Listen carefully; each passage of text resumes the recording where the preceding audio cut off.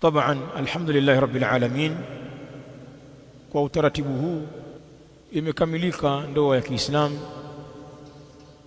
Bwana Yusuf ameozeshwa mke wake Khawla kutoka kwa watu wa nyumbani kwao, na huu ndio utaratibu tuliofunzwa sisi Waislamu. Tunapompenda mwanamke basi tufuate taratibu hizi.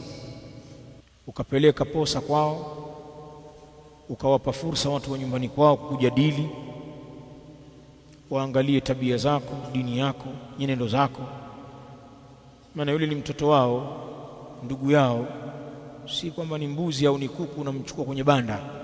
Kisha wakubaliane na hiyo posa, wakutajie mahari, na mwenye kutangulizwa kwenye kutaja mahari ni binti. Taje mahari yake na wewe uitafute, kama ni yote au ni kiasi cha mahari hiyo utoe. Kisha ipangwe siku ya kuambiwa maneno kama haya mbele ya mashahidi wasiopungua 2 katika wanaume na 4 katika wanawake. Wakizidi hapo ni khair, kama ilivyokuwa sisi tumekuwa wengi hapa msikitini tukishuhudia ndoa hii, na mafundisho ya kuzifanya ndoa msikitini yamekuja katika sunna. A'linu an-nikah waj'aluha fil masajid, zitangazeni ndoa na zifanyeni hizo ndoa katika misikiti kama hivi. Basi bwana harusi ataambiwa na wali, nimekuozesha, na yeye atasema nimekubali. Kutoka hapo tayari mafungamano ya kindoa yanaanza.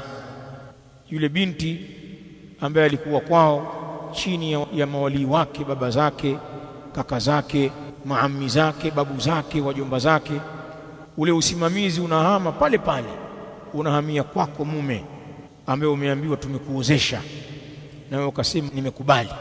Kwa hivyo majukumu yote yanahamia kwako. Yule mwanamke ni binadamu, ana haki zake ambazo walikuwa wakizipata kwa wazazi wake, walezi wake na ndugu zake. Anatakiwa azipate haki zile na ziada kwako. Sasa ale anapokuwa na njaa, umtafutie maskani ya kuishi, mahali pa kumhifadhi pa heshima, avae mavazi ya kumsitiri mwili wake na kumpamba maumbile yake. Mwanamke akiumwa apate matibabu, atibiwe vizuri, lakini apate haki nyingine za kutendewa wema.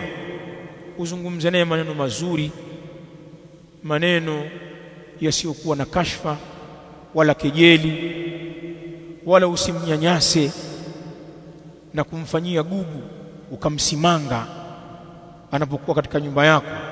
Yote haya ni kinyume na wema. Uishi naye katika namna ambayo inaitwa ni wema, lakini umsimamie katika dini yake. Ni katika jambo kubwa kabisa ambalo linakuwa kwako.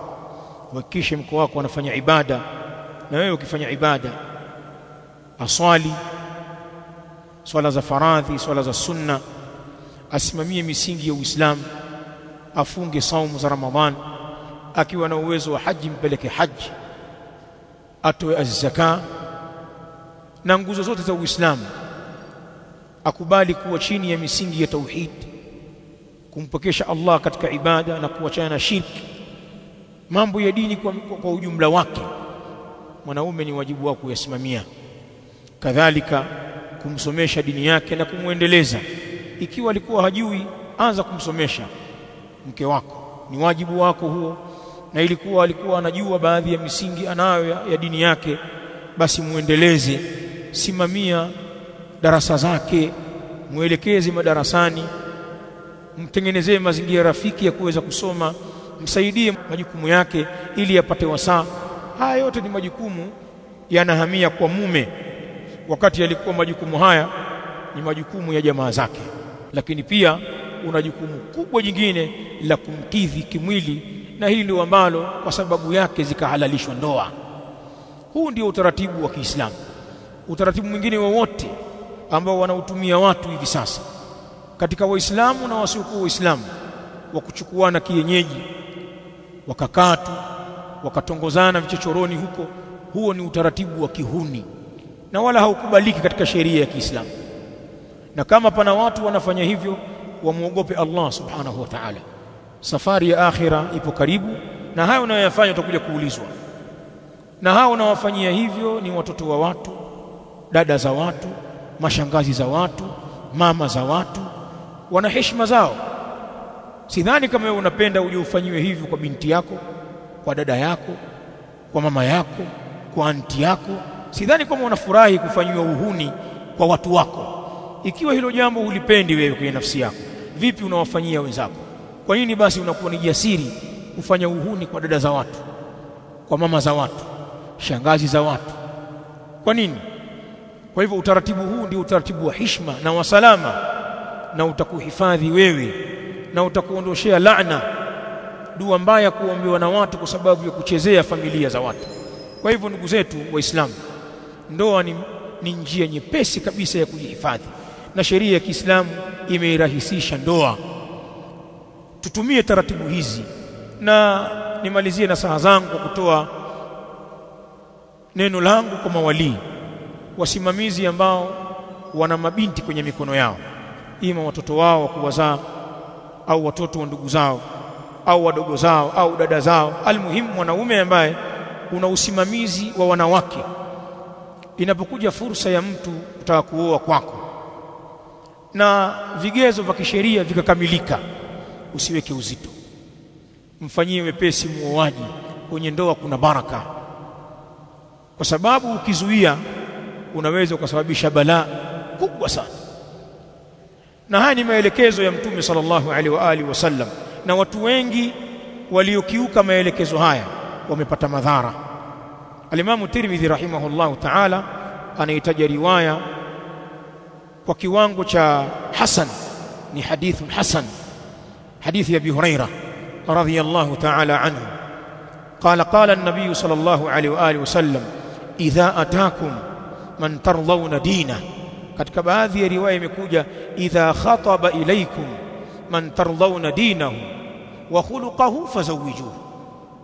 Ikiwa atakuja kuposa kwenu mtu ambaye mnairidhia dini yake na mnairidhia tabia yake, ni mtu Muislamu mashaallah, dhahiri yake Muislamu, familia yake Waislamu, yeye mwenyewe Muislamu, nembo za Uislamu zimedhihiri kwake, anaswali, ni mtu anavaa mavazi ya Kiislamu. Amekuja mtu ambaye mnaridhika na dini yake ya Uislamu, wa khuluquhu, na mnaridhika na tabia zake, ni mtu muungwana, mtu mkweli, muaminifu, wala sio mtu muovu, sio mtu mlevi, sio mtu dhalim, sio kibaka, ni mtu ana akhlaq na watu wanamsifia kwa tabia nzuri. Akija mtu kama huyo akabisha hodi kwako au kwenu, anataka mke, Mtume anasema fazawijuhu, basi muozesheni haraka haraka. Illa tafalu, msipofanya hivyo, mkaingia huku na kule, mkaleta ujanja, mkakataa kumuozesha, mkatumia hoja dhaifu tu, wengine hutumia sababu za kimaslahi, basi mtu Muislamu ana tabia, lakini unaanza kuhoji mambo yasiyokuwa na maana. Kwanza ni kabila gani? Kabila la kuhusu nini? Sisi Waislamu na makabila wapi na wapi? Hebu wajieleze kwanza, kwenye akaunti kunasoma ngapi, ya kuhusu nini? Wewe ni muhasibu wa BOT, wataka kufanya hesabu, wataka nini hesabu zake za benki, ya kuhusu nini hayo? Wewe ungeulizwa maswali hayo ungekuwa na mke. Na mfano haya katika maswali yasiyokuwa ya msingi, watu wanafanya kiuzibe kabisa wasimpe mtu mke. Tumenasema msipofanya hivyo, msipomuozesha mtu kwa dini yake na tabia yake, mkamzonga zonga, takun fil ardi fitna, basi itatokea katika ardhi fitna kubwa, wa fasadun kabir, na ufisadi uliokuwa mkubwa. Watu wasipoozeshwa, wale waliowapenda wakaja kuomba muozeshe na nyinyi mkakataa bila sababu za msingi, Mtume anasema balaa lake, tayari hawa watu washapendana. Na mnajua uchumba ni kama shoti bwana, wakati mwingine huwezi kuzuia, mtasababisha balaa. Watu watatafuta plan B sasa ya kukutana, ya kuwa pamoja. Ndio yale unasikia watu wametoroshana, mtu kamtorosha binti wa mtu, kamtoa kwake geti kali kabisa, lakini utashangaa ametoka na mbwa wako ametulia tuli, au mbwa wa geti kali, mtoto katolewa yuko huko. Yale ni mambo unaonyesha kwamba unaweza kutokea ufisadi, au wengine waliaadhu billah, Allah tustiri, wanakutia aibu. Binti yako au dada yako mdogo wako anapatia mimba nyumbani, wewe unaonaje? Yule mtu msiyemtaka yeye anamtaka, balaa anawaletea mimba na watoto wa zinaa. Ile ni aibu, amewatukanisha familia nzima kwamba niko hapa na nimepatia mimba hapa hapa, na mtakilea hicho kijomba au hicho kibabu, mtakilea, hamna namna, mtailea mimba mpaka mtoto. Aibu. Ndio haya anayazungumza Mtume alayhi salatu wasalam, illa taf'alu takun fitnatun fil ardh, ikiwa mtu waozesha hawa itatokea fitna katika ardhi na ufisadi uliokuwa mkubwa. Ndio al-allamatu al-qari al-harawi rahimahullahu ta'ala, wakati anaisherehesha hadithi hii kwenye kitabu chake mashuhuri, mnakijua wanafunzi, Mirqatul Mafatih sharhu Mishkatil Masabih, akasema in lam tuzawijuha illa min dhi malin au jahin, ikiwa nyinyi mawali mtamzuia binti yenu ikawa hamuozeshi ila mtu mwenye mali, mtu mwenye pesa, mnaangalia matajiri au watu wenye vyeo na watu wenye nafasi mbalimbali, ikawa hamuozeshi watoto wenu au dada zenu ila watu hao wenye pesa au watu wenye vyeo, anasema rubbama yabqa aktharu nisaikum bila azwaj. Al-allama rahimahullah anasema huenda wakabakia wengi katika wanawake wenu bila waume. Ikiwa sasa hamtoi ila kwa watu wenye uwezo na vyeo, mabinti zenu, dada zenu, shangazi zenu, mama zenu wakubwa wadogo, watabakia bila waume.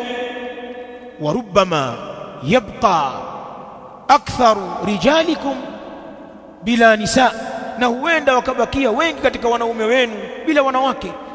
Sasa watu wanataka pesa na vyeo na watu hawana uwezo huo, ina maana wanaume wengi watakwama kwenye kuoa, kwa sababu watu wanachagua vipato na nafasi na sio zile sifa ambazo Mtume alayhi salamu amezisema. Kisha akasema fayakthuru aliftitanu bizina.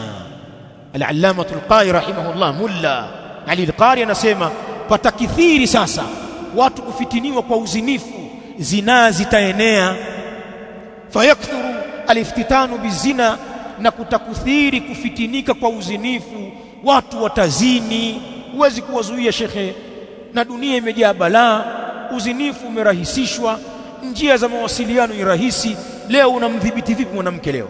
Vipi utawadhibiti watoto wa kike hawa wa kizazi kipya waliokuwa wajanja, wana smartphone, wana iPad, wana laptop, wanaingia internet, wana ujanja, wewe huwezi. Utamdhibiti vipi na huyo mwanaume? Zinaa itakuwa nyingi.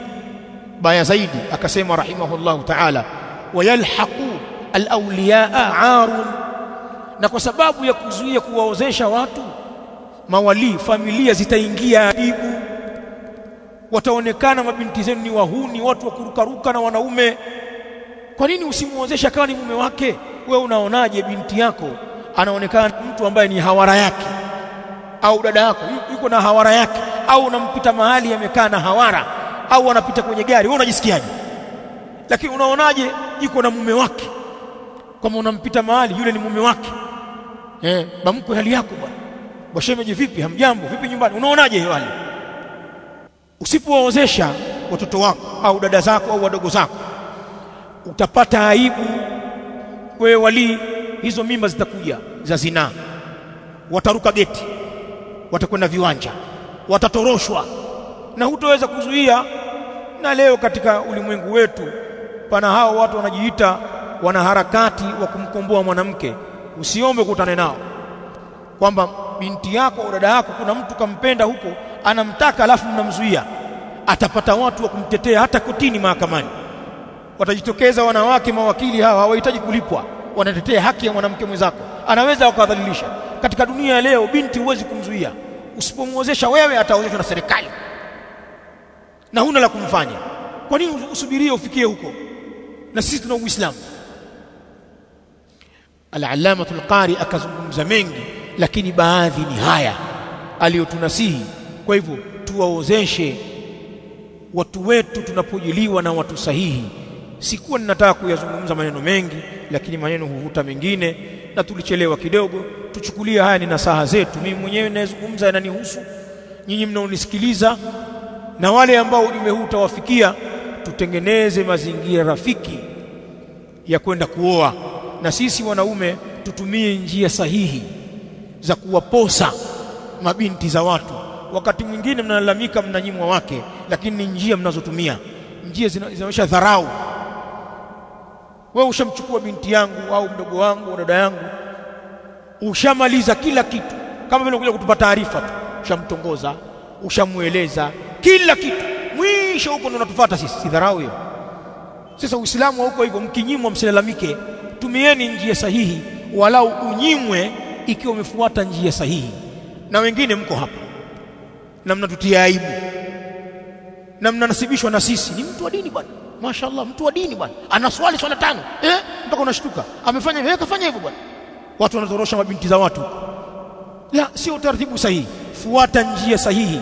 Sisi hatukubaliani na utaratibu wowote ulio kinyume na sunna, na yeyote anayefanya jambo hilo hapa ni yeye, ni jambo lake, sio letu sisi. Msikiti hauhusiki wala dini ya Allah haihusiki wala sisi hatuhusiki, lakini kutuletea taarifa kama hivi za kuoa, tunakuozesha.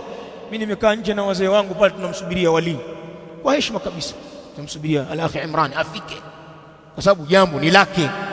Hatuwezi kufanya uhuni hapa, afike aozeshe. Huu ndio utaratibu wa Kiislamu. Tufuateni taratibu hizi, tuacheni ujanja ujanja. Wallahu ta'ala a'la wa a'lam, wa sallallahu wa sallam ala nabina Muhammadin wa ala alihi wa ashabihi al-kiram ajma'in, wa jazakumullahu khairan.